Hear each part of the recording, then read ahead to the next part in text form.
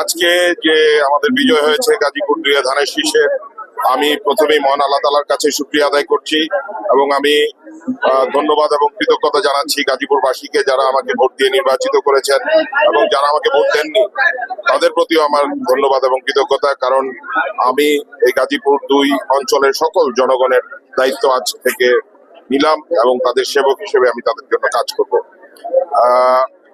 আমি স্মরণ করছি আমার মরহুম পিতাকে, যিনি এই আসন থেকেই 1991 সালে বাংলাদেশের সর্বোচ্চ ভোট পেয়ে নির্বাচিত হয়েছিলেন।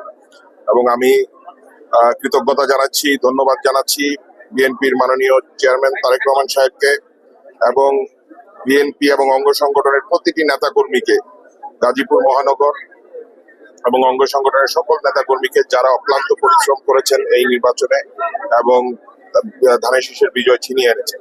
যে আজকে হয়তো কাকতালীয় ভাবে আমার জন্মদিনও, তো সেই জন্য নেতাকর্মীবৃন্দ এসেছেন, তারা একটু আনন্দ করার চেষ্টা করছেন, আমিও তাদের সাথে সঙ্গ দিচ্ছি এবং একই সাথে আমাদের যে ধানের শীষের বিজয় সেটার জন্য সকলেই উৎফুল্ল।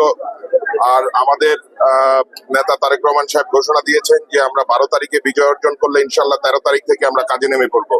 তো সুতরাং গাজীপুরবাসীর জন্য যা যা আমরা কাজ করব অঙ্গীকার করেছি, সেই লক্ষ্যে আমরা আগামীকাল থেকে ইনশাল্লাহ আমি কাজে লেগে পড়েছি। আমি যেমন জনগণের কাছে অঙ্গীকার করেছিলাম যে এখানে যানজট সমস্যা এবং আমাদের যে বড় একটা সমস্যা মাদক সমস্যা, মাদক চুরি ছিনতাই থেকে শুরু করে স্ট্রিট ক্রাইম যেগুলো আছে সেগুলোকে নিয়ন্ত্রণে আনা এবং সবচেয়ে বড় জিনিস যেটা কারাপশনটাকে কন্ট্রোলে আনা।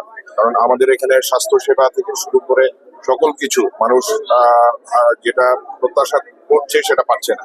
তো সেই জায়গায় আমরা মানুষের প্রত্যাশা পূরণে কাজ করবো ইনশাআল্লাহ। অবশ্যই প্ল্যান আছে। আমি যেমন বলেছিলাম যে এখানে আমি নির্বাচিত হতে পারলে আমি ইনশাআল্লাহ এলিভেটেড এক্সপ্রেসওয়ে এবং মেট্রো রেল সম্প্রসারণের জন্য আমি কাজ করব এবং যে বিআরটি প্রকল্পটা, যেটা গাজীপুরবাসীর জন্য একটা গলার কাটা, সেটা কিভাবে বাতিল করে নতুন ভাবে চিন্তা করা যায় সেটা নিয়ে কাজ করব।